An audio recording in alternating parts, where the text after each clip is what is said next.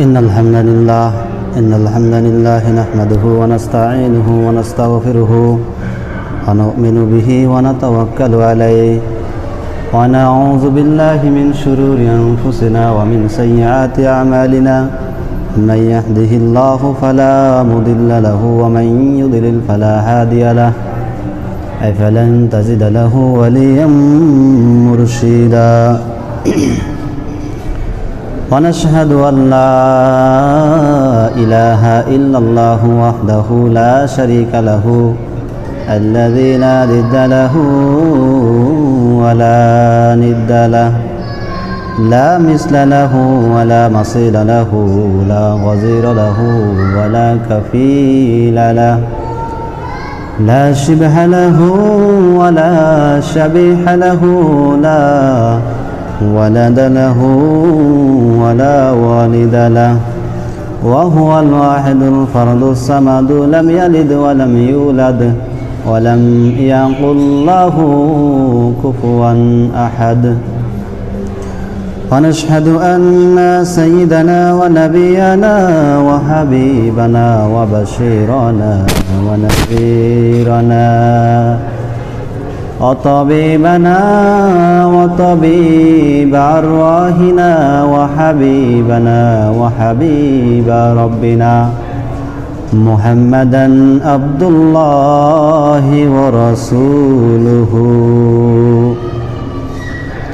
أرسله بالحق بشيرا ونذيرا وداعيا إلى الله بإذنه وسراجا منيرا أما بعد فقد قال الله تعالى في كلامه المجيد وفي فرقانه الحميد أعوذ بالله من الشيطان الرجيم بسم الله الرحمن الرحيم ولقد آتينا لقمان الحكمة أن اشكر لله ومن يشكر فإنما يشكر لنفسه ومن كفر فإن الله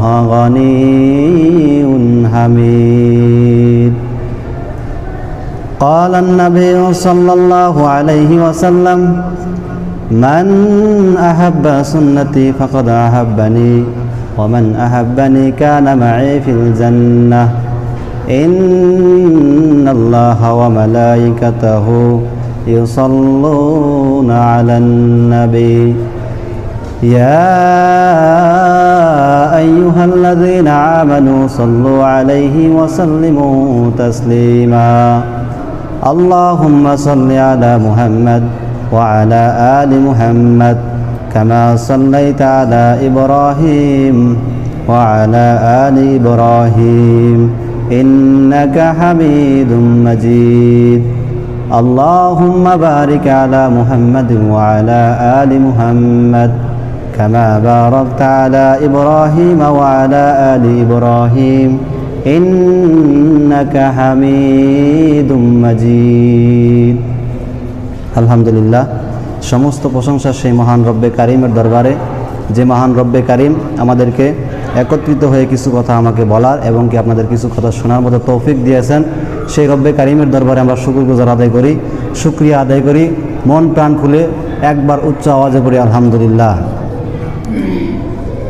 যে মহান রব্বে কারিম আমাদেরকে সৃষ্টি করলেন সেই মহান রব্বে কারিম সৃষ্টি করে শুধু ক্ষান্ত হন নাই, আমাদেরকে শ্রেষ্ঠ নবীর উম্মত হিসেবে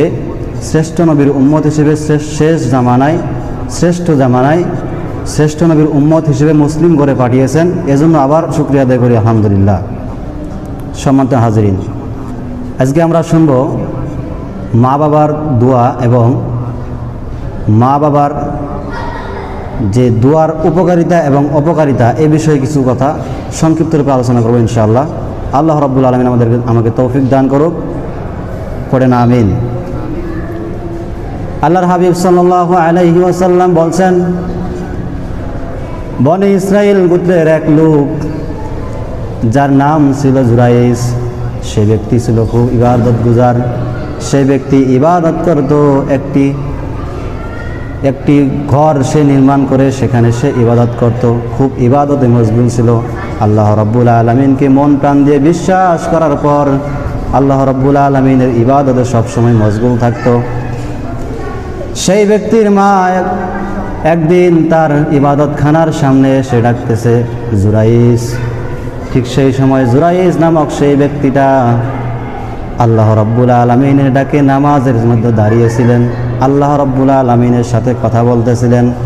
এমন সময় জুরাইস মনে মনে চিন্তা করতেছে, আমি আল্লাহ রাব্বুল আলামিনের ডাকে সাড়া দিচ্ছি, নামাজে দাঁড়িয়ে আছি, একদিকে আমার নামাজ আর একদিকে আমার মা, আমি কোন দিকে যাব? সেই জুরাইস চিন্তা ভাবনা করতে করতে এমনি করে জুরাইজের মা প্রথম দিনের মতো চলে গেল। প্রথম দিনের মতো মন খারাপ করে মনে বড় কষ্ট নিয়ে সেখান থেকে চলে গেল। চলে যাওয়ার পর জুরাইজ নামাজ শেষ করে সেই জায়গায় উপস্থিত হয়ে দেখে দরজার সামনে মা নাই। মায়ের খোঁজ করতে গিয়ে দেখে মা চলে গেছে। পুনরায় এসে আবার নামাজে দাঁড়ায় যায় এবং আল্লাহ রাব্বুল আলামিনের কাছে ক্ষমা প্রার্থনা করতে থাকে। জুরাইজ নামক সেই ব্যক্তিটা পরের দিন যখন আবার নামাজে দাঁড়ায়, ঠিক সেই সময় জুরাইজের মা আবারও তার ইবাদতখানার সামনে এসে ডাকে, জুরাইস, ও জুরাইস, আমি তোমার মা এসেছি, আমার সাথে একটু দেখা করো। কিন্তু সেই দিনও জুরাইস নামাজের মধ্যে ছিলেন, নামাজরত অবস্থায়।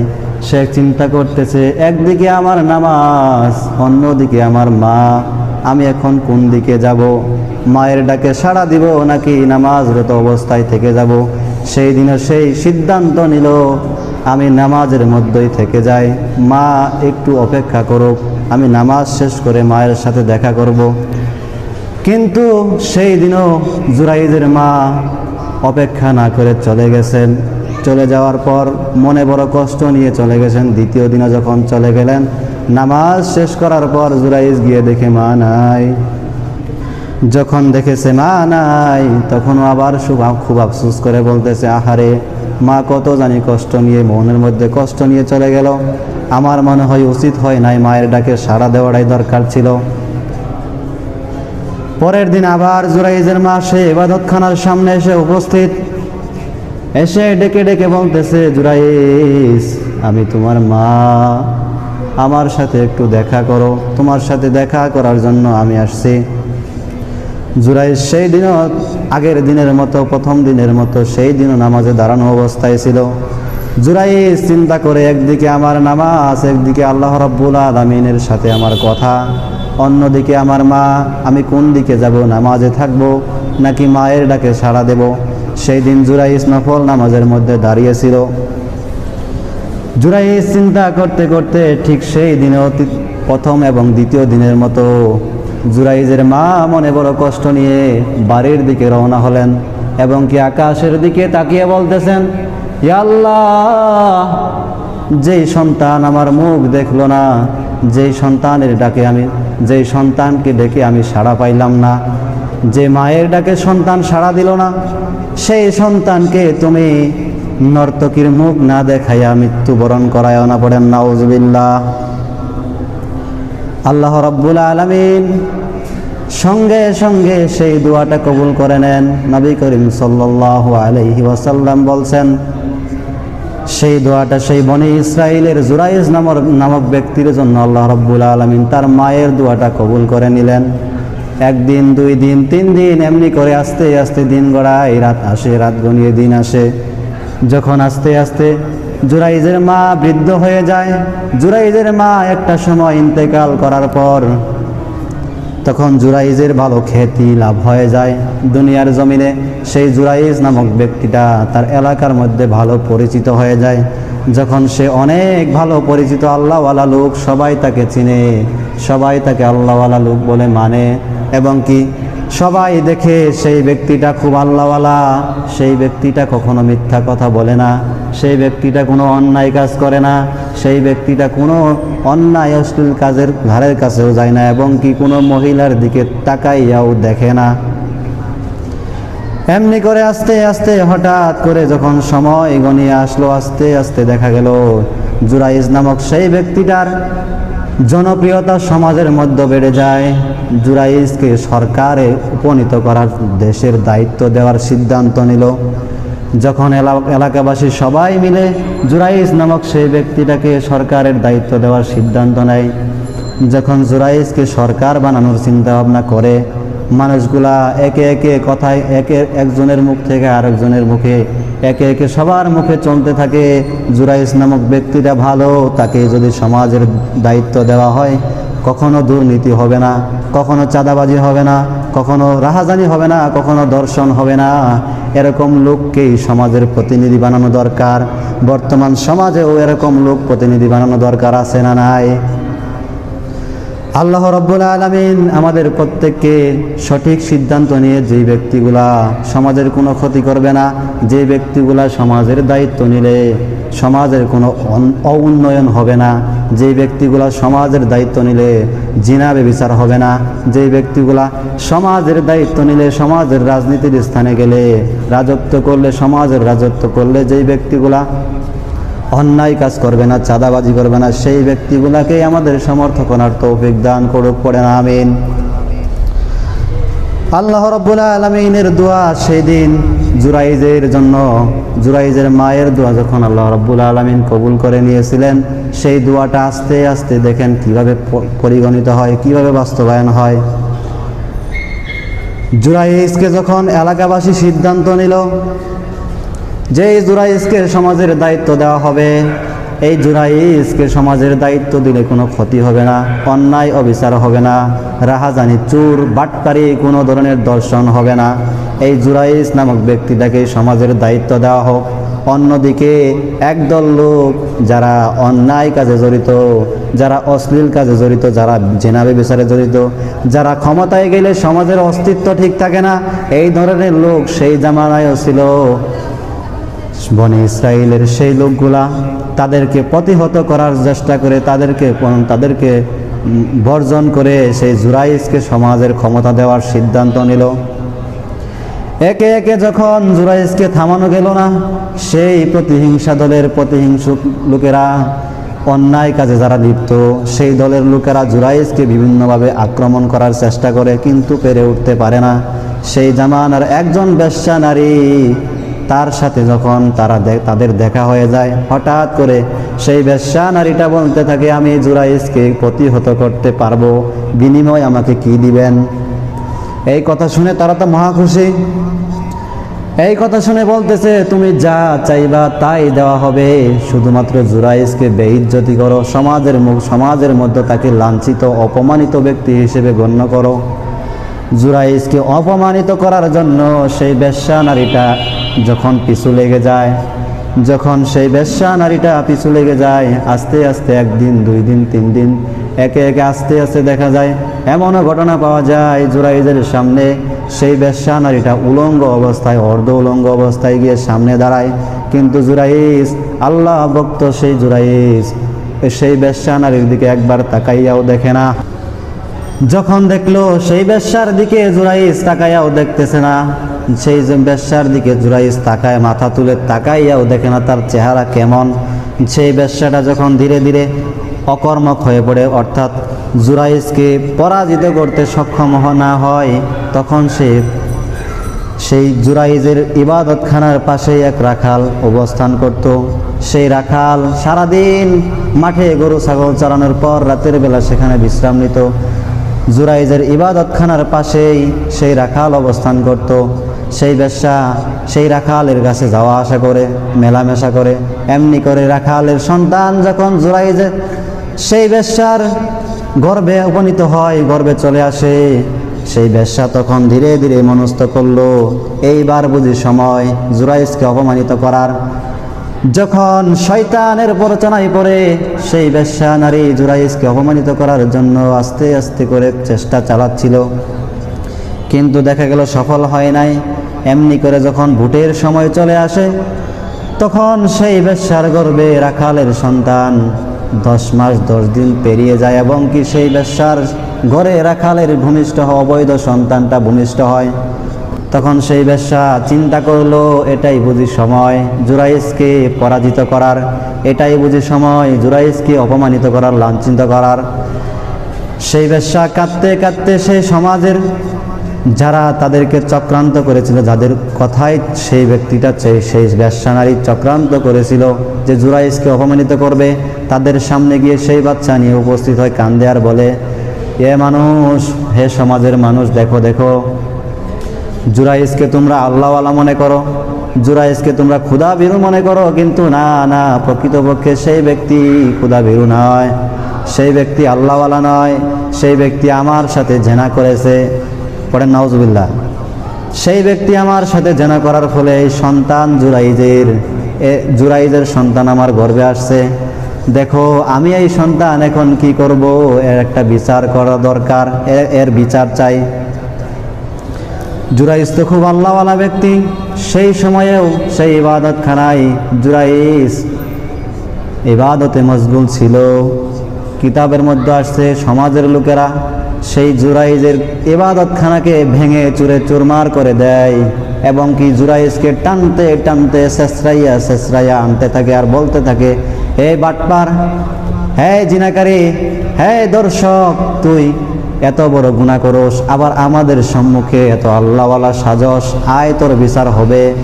যখন এমনি করে নিয়ে যায়, তখন জুরাইজ শুধু বলতে থাকে, আমার অপরাধ কি? আমি তো কোনো অপরাধ করি নাই, আমার দোষ কি সেটা বলেন। যখন জুরাইজকে শেষরাইয়া সেখানে উপস্থিত করা হয়, সমাজের লোকেরা বলতে থাকে, এই যে বেশ্যার ঘরে তোমার সন্তান, তুমি বলতেছো অপরাধ কি? জুরাইজ শুধু একটা কথাই বলেছিল, আমাকে 5টা মিনিট 10টা মিনিট কিছুক্ষণ সময় দেন, আমি 2 রাকাত নামাজ পড়তে চাই, তারপরের বিচার হোক।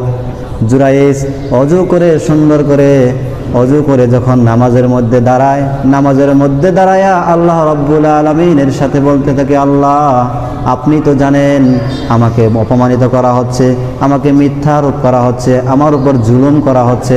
ইয়া রব্বে কারিম, আপনি যদি আর সুবিচার না করেন, দুনিয়ার কোনো ব্যক্তি আজকে মনে হয় কোনো সুবিচার করবে না। রব্বে কারিম, আপনার অনুগ্রহে আপনি দয়া করে এর একটি সুবিচারের ব্যবস্থা করে দেন। জুরাইজ নামাজ শেষ করে 2 রাকাত নামাজ শেষ করে এসে যখন দেখলো সেই ব্যক্তিরা বিচারের জন্য উপস্থিত, ঠিক সেই সময় জুরাইজ এসে বলতেছে, সেই সন্তানটা কোথায়? সেই সন্তানটাকে আমার কোলে উঠিয়ে দেন। সেই সন্তানটাকে নাভির জায়গায় একটা নাভি বরাবর একটা টুকা দিল। সন্তানটাকে নিয়ে একটা টুকা দেওয়া মাত্রই বলতে শুরু করলো, সেই সন্তানটা উচ্চ আওয়াজে বলা শুরু করলো, আমি জুরাইজের সন্তান নয়, আমি জুরাইজের সন্তান নয়, আমি জুরাইজের সন্তান নয়, আমি হচ্ছি অমুক রাখালের সন্তান। জুরাইজের ইবাদতখানার পাশে যেই রাখাল বসবাস করে সেই রাখালের সন্তান। সেই রাখালের সাথে এই যে সন্তান, সেই সন্তানের মা জেনা করেছিল বলতে থাকতে সেই সন্তান ব্যাখ্যা দিতে শুরু করলো, আমি জুরাইজের সন্তান নয়, সেই রাখালের সন্তান, জুরাইজ নির্দোষ। তখন সমাজের মানুষ আশ্চর্য হয়ে বলতে লাগলো, আসলে প্রকৃতপক্ষে মনে হয় জুরাইজ যদি প্রকৃতপক্ষে জিনা করত, তাহলে আল্লাহ তার প্রভু, জুরাইজের প্রভু, তাহলে কখনো এই কথা বলার মতো সাহস বা শক্তি এই শিশুর শরীরে দিয়ে দিত না। তাহলে দেখেন, একটা বিষয় এখানে বোঝানোর চেষ্টা করলাম যে মায়ের দোয়া যেমনিভাবে আল্লাহ রাব্বুল আলামিনের নৈকট্য লাভ করার দরজা খুলে দেয়, ঠিক তেমনিভাবে মায়ের দোয়া আল্লাহ রাব্বুল আলামিন থেকে, আল্লাহ রাব্বুল আলামিনের গজব না হোক কিন্তু দুনিয়ার জমিনের সন্তানকে পেরেশানিতে লিপ্ত করে দেয়। কাজেই আমরা যারা সন্তানকে রাগের মাথায় অনেক সময় অনেক কিছু বলে ফেলি, এগুলো বলা থেকে আমরা বিরত থাকবো। আল্লাহ রাব্বুল আলামিন আমাদের প্রত্যেককে তৌফিক এনায়েত করুক। এই সমাজের প্রত্যেকটা মানুষ বর্তমানে সচেতন। কাজেই আমরা যখনই রাগ উঠুক বা এমনি বলেন বা রাগের মাথায় বলেন, সব সময় আমরা আমাদের সন্তানের জন্য দোয়া করবো ইনশাআল্লাহ। আল্লাহ রাব্বুল আলামিন আমাদের প্রত্যেককে তৌফিক এনায়েত করুক। আমরা পড়ি আমিন। ওয়া আখিরু দাওয়ানা আনিল হামদুলিল্লাহি রাব্বিল আলামিন। আসসালামু আলাইকুম ওয়া রাহমাতুল্লাহি তাআলা ওয়া বারাকাতুহু।